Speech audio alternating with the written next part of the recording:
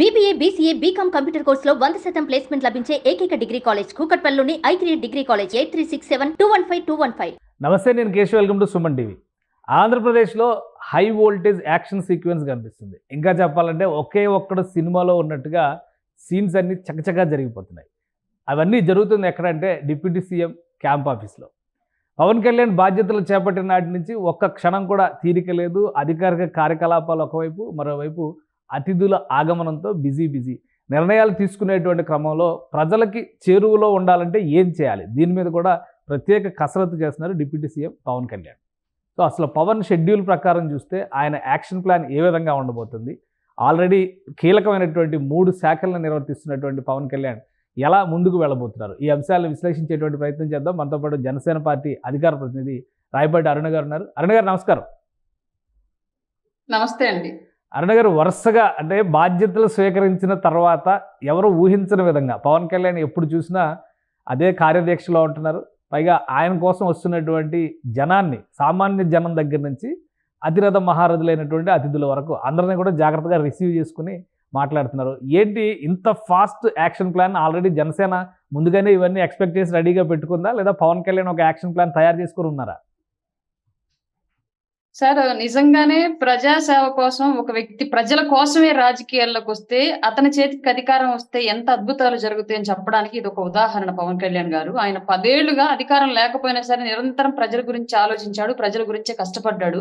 ఇవాళ ఆయన చేతికి అధికారం వచ్చింది అంటే ఒక అవకాశం ఇచ్చారు ప్రజలు. ఆ అవకాశాన్ని సద్వినియోగపరుచుకొని ఈ అవకాశం ఇచ్చిన ప్రజల కోసం నిరంతరం కష్టపడాలన్న ఒక ఉద్దేశంతో ఆయన నిరంతరము ఆయనకి ఇచ్చిన శాఖలు, ఆయన దగ్గరకు వచ్చే సమస్యలు, ఆయన కలవడానికి వస్తున్నటువంటి వినతులు, వీటన్నింటినీ పరిష్కరించే దిశగా నిరంతరం దాని మీదే ఎక్సర్సైజ్ చేస్తూ ఉన్నారు సార్. ఎక్కడ ఉంటే అదే కార్యాలయం అన్నట్టుగా ఉంది పవన్ కళ్యాణ్ గారి వ్యవహార శైలి. అటు పార్టీ ఆఫీస్ కానీ, క్యాంప్ ఆఫీస్ కానీ, సెక్రటేరియట్ కానీ, ఇప్పుడు కొత్తగా ఇది QR కోడ్ అని చెప్పని ఒక ఇష్యూ రిలీజ్ చేశారు. అంటే ఒక ఐటమ్ రిలీజ్ చేశారు, ఒక ఇమేజ్ ఉంది. దానిలో నుంచి మీరు ఏ సలహా అయినా కానీ సంబంధిత శాఖలకు, ముఖ్యంగా జనసేన పార్టీ చూస్తున్నటువంటి శాఖల్లో మార్పులు చేర్పులు అని చెప్పని ఒకటి రిలీజ్ చేశారు. ఏంటి దాని ఉద్దేశం? ఆల్రెడీ జనవాణి ద్వారా చాలా వరకు జనాభిప్రాయ సేకరణ జనసేన పార్టీ చేసింది. సో ఇవన్నీ టెక్నాలజీ ప్లస్ ఆలోచన, ఈ రెండింటిని ఇంటిగ్రేట్ చేసేటువంటి ప్రణాళికను ముందు నుంచే రెడీ చేసుకుందా జనసేన పార్టీ? కళ్యాణ్ గారు ఫస్ట్ నుంచి సొసైటీలో ప్రజల్లో ఉన్నటువంటి అభిప్రాయాలు ఏంటి, ప్రభుత్వాలు ఇస్తున్నటువంటి పథకాలు ఏంటి అనేది ఎప్పుడు బేరేజ్ వేసుకొని చూసుకుంటారు సార్ ఆయన. అంటే ప్రజలకు ఏం కావాలి, వాళ్ళు ఏం అడుగుతున్నారు, మనం ఏమి ఇస్తున్నాము, దానివల్ల వాళ్ళు ఎంతవరకు సంతోషంగా ఉంటున్నారు, ఆ సంతోషాన్ని నెక్స్ట్ లెవెల్ కి ఎలా తీసుకెళ్తున్నారు అనే దాని గురించి ఎప్పుడు ఆయన అధ్యయనం చేస్తూ ఉంటాడు. అందులో భాగంగానే ఈ రోజు సహజంగా అంటాం కదా, when the common man becomes a partner in the governance, then the leader can think like we common man bring the unexpected changes in society. General గా అంటాం అవి.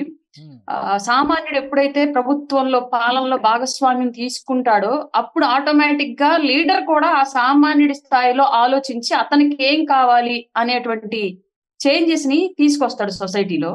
అట్లాగా సామాన్యుడి గురించి ఒక లీడర్, సామాన్యుడికి ఏం కావాలి అనేది అతని దగ్గర నుంచే ఒపీనియన్ తీసుకొని లీడర్ తనకి గ్రోత్ కోసం ఆలోచించడం అనేది చాలా పెద్ద చేంజ్ అనుకోవాలి ప్రజెంట్ ఉన్న పాలిటిక్స్ లో. జనరల్ గా మొన్నటి వరకు గత ప్రభుత్వం చూసిన మనం ఒక ఉద్యోగాలు అడుగుతుంటే ఏ ఉద్యోగాలు ఇచ్చారు, పీపుల్ ఏ ఉద్యోగాలు అడుగుతున్నారు, వాళ్ళు ఏ ఉద్యోగాలు ఇచ్చారు, మహిళలు ఏం అడుగుతున్నారు, వాళ్ళు ఏ పథకాలు ఇచ్చారు, పిల్లల కోసం ఏ ఫెసిలిటీస్ కావాలని వీళ్ళు కోరుకుంటున్నారు, వాళ్ళు ఏ ఫెసిలిటీస్ ఇచ్చారు, ఉద్యోగస్తుల కోసం ఏ ఫెసిలిటీస్ అడిగారు, వాళ్ళు ఏ ఫెసిలిటీస్ కల్పించారు, ఇవి ఎక్కడ మ్యాచ్ అవ్వాలి. గవర్నమెంట్ ఇచ్చిన పథకాలకి ప్రజలు కోరుకుంటున్నటువంటి అవసరాలకి మధ్య ఎక్కడ మ్యాచింగ్ కుదరలా. దానిలో భాగంగానే సంక్షేమ పథకాలు అన్ని ఇస్తున్నాం అనుకున్నా కానీ అంత ఘోరమైన డిఫీట్ వైసీపీకి ఎదురైంది. ఇవాళ ఆ సిచ్యువేషన్ అనేది ఎన్డీఏ కూటమికి రాకూడదు. ఎస్పెషల్లీ ఫస్ట్ టైం గవర్నమెంట్ లో భాగస్వామ్యం తీసుకున్న జనసేనగా మాకు ప్రజల నుంచి ఏం కోరుకుంటున్నారు, మా నుంచి ప్రజలు ఏం కోరుకుంటున్నారు అనేది కూడా తెలియాలి. కాబట్టి మా శాఖలకు సంబంధించి ప్రజాభిప్రాయం డెఫినెట్ గా తీసుకొని దాని ప్రకారం అత్యధికంగా నిజంగానే ప్రజా ఉపయోగంగా వచ్చినటువంటి ప్రతి సలహాని కూడా మా శాఖల్లో ఇంప్లిమెంట్ చేసుకుంటూ ప్రజల కోసం వాటిని అమలు పరుస్తూ వెళ్తామండి. ఫస్ట్ క్యాబినెట్ మీటింగ్ కంప్లీట్ అయింది. ఫస్ట్ క్యాబినెట్లో ఆల్రెడీ ఒక 8-9 డెసిషన్స్ తీసుకున్న కీ పాయింట్స్ ఉన్నాయి. ఆల్రెడీ 5 సంతకాల తర్వాత ఇంకొక 4-5 డెసిషన్స్, శ్వేతపత్రాలు రిలీజ్ కానీ వీటన్నిటి మీద గత ప్రభుత్వం అనుసరించినట్టుగా కక్ష సాధింపు అనే ఆస్పెక్ట్లో ఈ ప్రభుత్వం వెళుతోంది అనే విమర్శ ఆల్రెడీ మొదలుపెట్టింది. వైఎస్ఆర్సీపీ నాయకులు అయితే ఆ కామెంట్స్ చేస్తున్నారు. సో దీన్ని మీరు ఎలా డిఫెండ్ చేసుకుంటారు? కార్యాలయాల కూల్చివేత కావచ్చు, అలానే కొన్ని చోట్ల ఉద్దేశపూరితంగా మా కార్యకర్తలను టార్గెట్ చేస్తున్నారు అని వైసీపీ చాలా స్పష్టంగా ఆరోపిస్తుంది. దీని మీద మీ రియాక్షన్ ఏంటి? సామాన్యులుగా వ్యవహరించే ఏ కార్యకర్తల మీద మేము దాడులు చేయడానికి కానీ చట్టపరంగా కూడా చర్యలు తీసుకోవడానికి కూడా మేము ఇష్టపడము. ఎలాంటి అవకాశం అవసరం లేదు. గతంలో ఎవరైతే నియంత్రణగా వ్యవహరించి ఇది ప్రజాస్వామ్యం కాదు, జగన్ రెడ్డి రాజ్యాంగము, జగన్ రెడ్డి రాజరికం అని ఫీల్ అయ్యి ఆయనకని ఈయన భటుల్లాగా ఉండి ఆ భటులు వచ్చి సామాన్యుల మీద దాడి చేశారో ఆ దాడికి ఖచ్చితంగా చట్టపరమైన చర్యలు అయితే 100% తీసుకుంటాం. అందులో ఎలాంటి సందేహం లేదు. క్షమించే అవసరం అవకాశం కూడా లేదు. ఖచ్చితంగా శిక్షించే తీరతాం ఓకే. చట్టపరంగా అంతే. కానీ ఇప్పుడు లోపలగా రెండు విషయాలు ఒకటి ఋషికొండ ప్యాలెస్ విషయంలో కానీ అలానే వైఎస్ఆర్సీపీ నిర్మాణంలో ఉన్నటువంటి కార్యాలయం కూల్చివేత విషయంలో కానీ ఒక విమర్శ బలంగా వినిపించింది ఏంటంటే గత ప్రభుత్వం కూడా కూల్చివేతలతో మొదలైంది జగన్మోహన్ రెడ్డి ప్రభుత్వం, ఇప్పుడు ఈ ప్రభుత్వం కూడా కూల్చివేస్తోంది. ఈ రెండింటికి ఎవరో తేడా ఉందా? ఈ రెండు కూల్చివేతలు ఒకటేనా? యాక్చువల్ గా గత ప్రభుత్వంలో మొదట కూల్చివేసినప్పుడు ప్రజావేదిక అనే దాన్ని ప్రభుత్వ కార్యాలయాలకు వాడుకొని ఉండొచ్చు, కానీ అలా జరగల. రావడం దాని గురించి అసలు కనీసం చర్చలు ఇన్వెస్టిగేషన్ కూడా ఏమీ లేకుండా కేవలం కక్షపూరితంగానే కూల్చారు. ఇవాళ మొన్న తాడేపల్లి ప్యాలెస్ లో కూల్చినటువంటి వైసీపీ పార్టీ కార్యాలయం అది క్లియర్లీ మెన్షన్డ్ పార్టీ కార్యాలయం. ప్రజావేదిక ఇస్ నాట్ పార్టీ కార్యాలయం, పబ్లిక్ బిల్డింగ్. బట్ ఇక్కడ వైసీపీ పార్టీ కార్యాలయం ఒక పార్టీకి సంబంధించి ప్రత్యేకమైన ప్రైవేట్ కార్యాలయం. అది పబ్లిక్ భూముల్లో గవర్నమెంట్ పర్మిషన్ లేకుండా అనుమతులకు విరుద్ధంగా కట్టారు. సో ఇప్పుడు మొన్నటి వరకు వైసీపీ ఏం చేసింది, ఎవరైనా ఒక టౌన్ ప్లానింగ్ వేసుకొని జస్ట్ ఒక అంచు జరిగినా సరే ఇది గవర్నమెంట్ వ్యతిరేకంగా నిర్మాణం జరిగిందని చెప్పేసి కూల్చేశారు సామాన్యులది. మరి అట్లాంటప్పుడు ఇవాళ వాళ్ళు అంత పెద్ద భవనాలు రాష్ట్ర వ్యాప్తంగా జిల్లాకు ఒక ఎయిర్పోర్ట్ కడతానంటే పిచ్చోళమైన నమ్మాం. మేము భూములు ఇవ్వడానికి సిద్ధపడ్డాం. 3 అంతస్తులు మేడ అని కట్టుకుంటే మేము మేడ మీద ఎక్కి నించుంటే విమానం మా తల మీదకి తగిలిద్దాము, పక్క జిల్లాకి ఈ జిల్లాకి మధ్యలో అంటే పెద్ద హైట్ ఎల్లో కింద హైట్ లో వెళ్తుంటే విమానాలు మా తల్లకు తగులుతాం, విమానాలు వచ్చి జగనన్న విమానాలు అని చెప్పేసి భయపడ్డాం మేము. అట్లాంటి సిచ్యువేషన్ మేము ఊహించుకుంటాం. విజువలైజేషన్ వాళ్ళు పేపర్లో చూపించింది, సాక్షి టీవీలో చూపించింది, ఆ విజువలైజేషన్ మేము అలాగే ఊహించుకుంటే దానికి విరుద్ధంగా జిల్లాకు ఒక రాజభవనం, పార్టీ కార్యాలయాన్ని రాజభవనం లాగా కట్టుకున్నారు. పరిమితులు లేవు, టౌన్ ప్లానింగ్ ప్రకారం అనుమతులు తీసుకోలేదు. ఆ మనీ ఎక్కడిది? దానికి పార్టీ ఫండ్స్ వాడారా, ప్రభుత్వం నుంచి వేరే ద్వారా ఏమన్నా వెళ్ళాయా, లేదంటే ఎవరైనా ప్రైవేట్ వ్యక్తుల నుంచి కట్టాయా? దీనికి సంబంధించి ఎలా అంటే ఆధారాలు వివరాలు అక్కడ లేవు, దాని గురించి మాట్లాడేవాడే లేరు. అట్లాంటప్పుడు ఆ భవనాలని ప్రైవేట్ వ్యక్తులు అనధికారికంగా నిర్మించిన భవనాలను కోల్చడం ప్రభుత్వ బాధ్యత కదా. అది ఇవాళ ఆ భవనాన్ని వదిలేస్తే రేపొద్దు నేను మీరు ఇంకొకరు కూడా ఇంకో ప్రభుత్వ భవనాలు కట్టేసుకుంటాం. వాడు ఎందుకు కోల్చలేదు, నా ఎందుకు కూల్చడం, గవర్నమెంట్ క్వశ్చన్ చేస్తాం మనం. కానీ ఒకటి వైఎస్ఆర్సీపీ అఫీషియల్ ట్విట్టర్లో కూడా ఒక కామెంట్ చేశారు, ఇలాంటి వాటిని కూల్చేసే కంటే ప్రజా ప్రయోజనం కోసం ఉపయోగించుకోవచ్చు కదా అని ఒక ప్రశ్నను లేవదీశారు. సో ఒకవేళ ఆ భవనాలు ఉపయోగపడతాయి అనుకుంటే కూల్చే కంటే అలా ఉపయోగించుకోవడానికి ఏమైనా ఇబ్బంది ఉందా? దాని మీద ఇప్పటి వరకు పూర్తిగా ఒక నిర్ణయానికి అంటూ ప్రభుత్వం రాలేదండి. వాటిని ఏం చెయ్యాలి అనే నిర్ణయానికి రాలేదు. యాక్చువల్ గా తాడేపల్లి ప్యాలెస్ లో అంటే అది అక్కడ ఉన్న రెగ్యులర్ లైఫ్, పీపుల్స్ లైఫ్ కి ఇబ్బందికరంగా మారే సిచ్యువేషన్ ఉంది కాబట్టి దాన్ని కోల్చడం జరిగింది. జిల్లా వ్యాప్తంగా రాష్ట్ర వ్యాప్తంగా ఉన్న భవనాలకు సంబంధించి ఒక నిర్ణయానికి ఇప్పటి వరకు రాలేదు.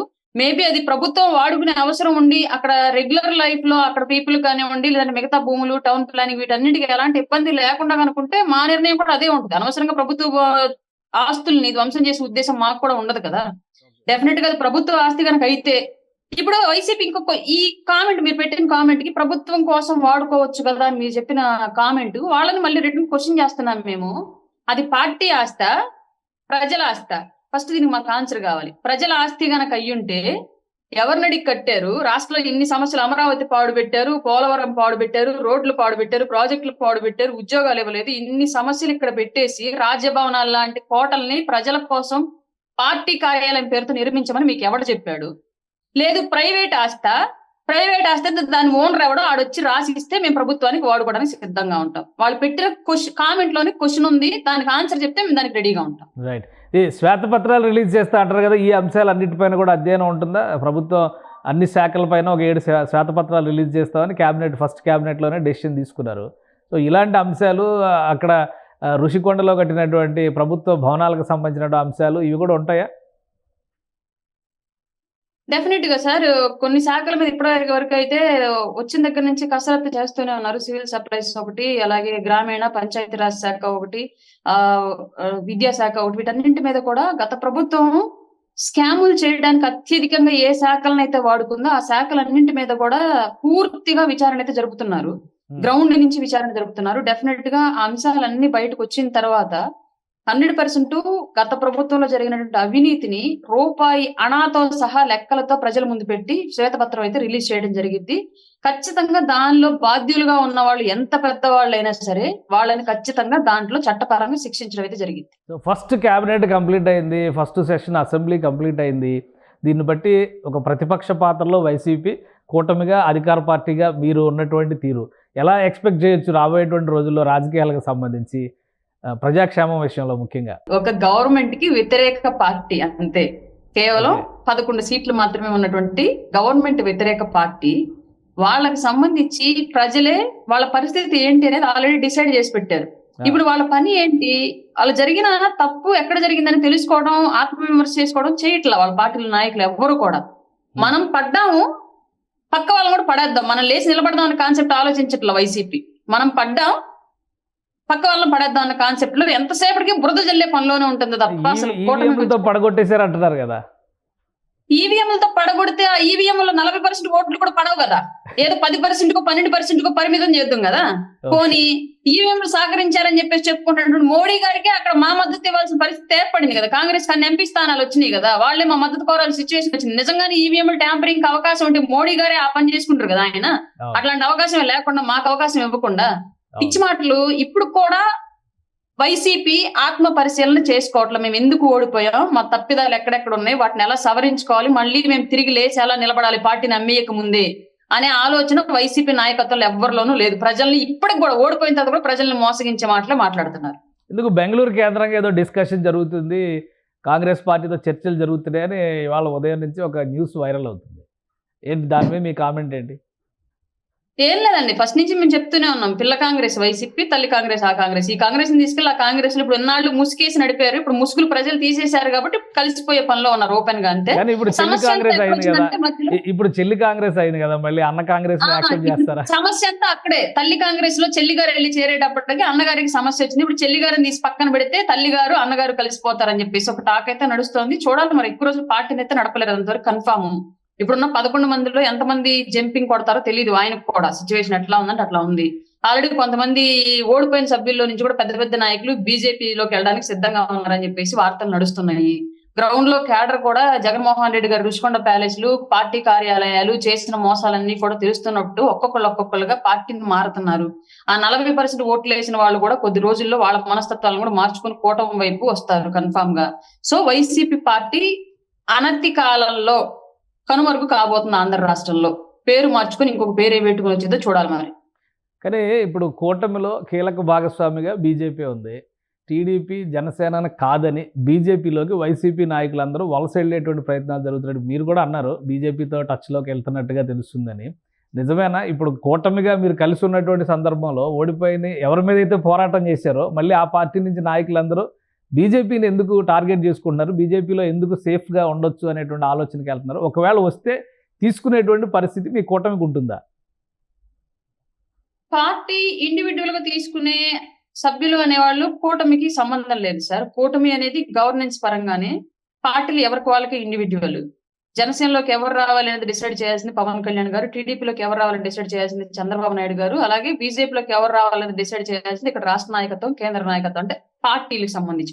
మళ్ళీ వీళ్ళందరూ అటువైపు వస్తే ఆల్రెడీ ఎగ్జిస్టెడ్ పార్టీస్ లో మళ్ళీ కాన్ఫ్లిక్ట్ స్టార్ట్ కదా. ఇప్పుడు అక్కడ ఎమ్మెల్యేలుగా ఉన్నవాళ్ళు కానీ లేదా కీలకమైన నాయకులుగా కూటమి నుంచి ఉన్నవాళ్ళు కానీ మళ్ళీ ఒక అంతర్గత సంక్షోభానికి దారితీయదా? ఎంటర్టైన్ చేసే ఉన్న 11 మందిని తీసుకుని ఇప్పుడు ఆల్రెడీ 93% స్వీప్ చేశారు కదా.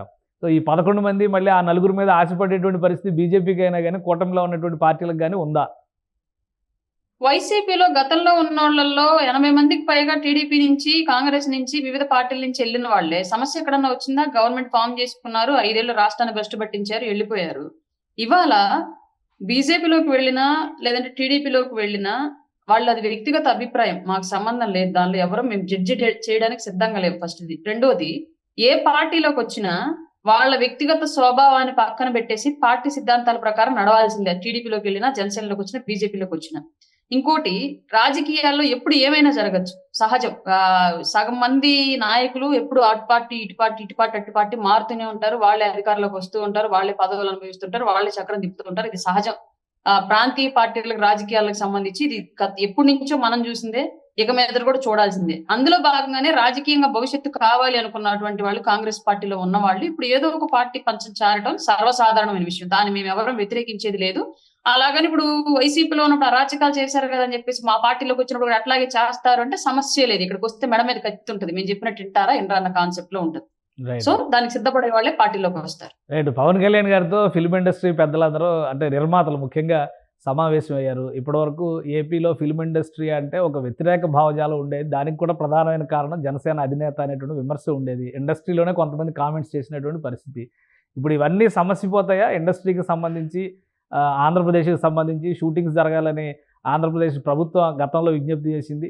ఇప్పుడు రేట్ల విషయంలో కూడా, టికెట్స్ రేట్స్ విషయంలో కూడా ఒక డెసిషన్ తీసుకుంది ఏపీ సర్కార్. సో ఇందులో ముఖ్యమైనటువంటి కీలక పాత్ర పోషించేది పవన్ కళ్యాణ్ అని అనుకోవచ్చా? తప్పకుండా సార్. అందుకే సినిమాటోగ్రఫీ కూడా మేమే తీసుకోవడం జరిగింది. కందుల దుర్గేష్ గారు గౌరవనీయులు, ఆయన సినిమాటోగ్రఫీ మినిస్టర్, ఆల్రెడీ మీకు తెలుసు. సినిమా రంగానికి చెందిన వ్యక్తి కాబట్టి పవన్ కళ్యాణ్ గారు అందులో క్రింది స్థాయి ఆర్టిస్టు అండ్ కాస్టింగ్ గ్రూప్ నుంచి పై స్థాయిలో ఉన్నటువంటి నిర్మాతలు, హీరోలు, పెద్ద పెద్ద స్టార్డమ్ ఉన్నటువంటి ఆర్టిస్టుల దాకా కూడా ఎవరికి ఏ సమస్య ఎలా ఉంటది, అలాగే ఒక సినిమా నిర్మాణంలో ఎలాంటి సౌకర్యాలు అవసరం ఉంటాయి, ఎలాంటి ఇబ్బందులు ఎదురవుతాయి, నిర్మాణాన్ని ఈజీ చేస్తే ఎంతమంది ఆ రంగం మీద ఉపాధి పొందుతారు, ఆ రంగంకి అనుసంధానంగా ఎన్ని రంగాలు అభివృద్ధి చెందుతాయి అనేది క్లియర్ గా పవన్ కళ్యాణ్ గారికి తెలుసు. కానీ ఆ రంగాన్ని ఎలా అభివృద్ధి చేయాలి, రాష్ట్రంలో ఎలా ఆ రంగం మీద పెట్టుబడి పెట్టి రాష్ట్రానికి ఎలా ఆదాయం తీసుకురావాలని గత ముఖ్యమంత్రికి తెలియలేదు.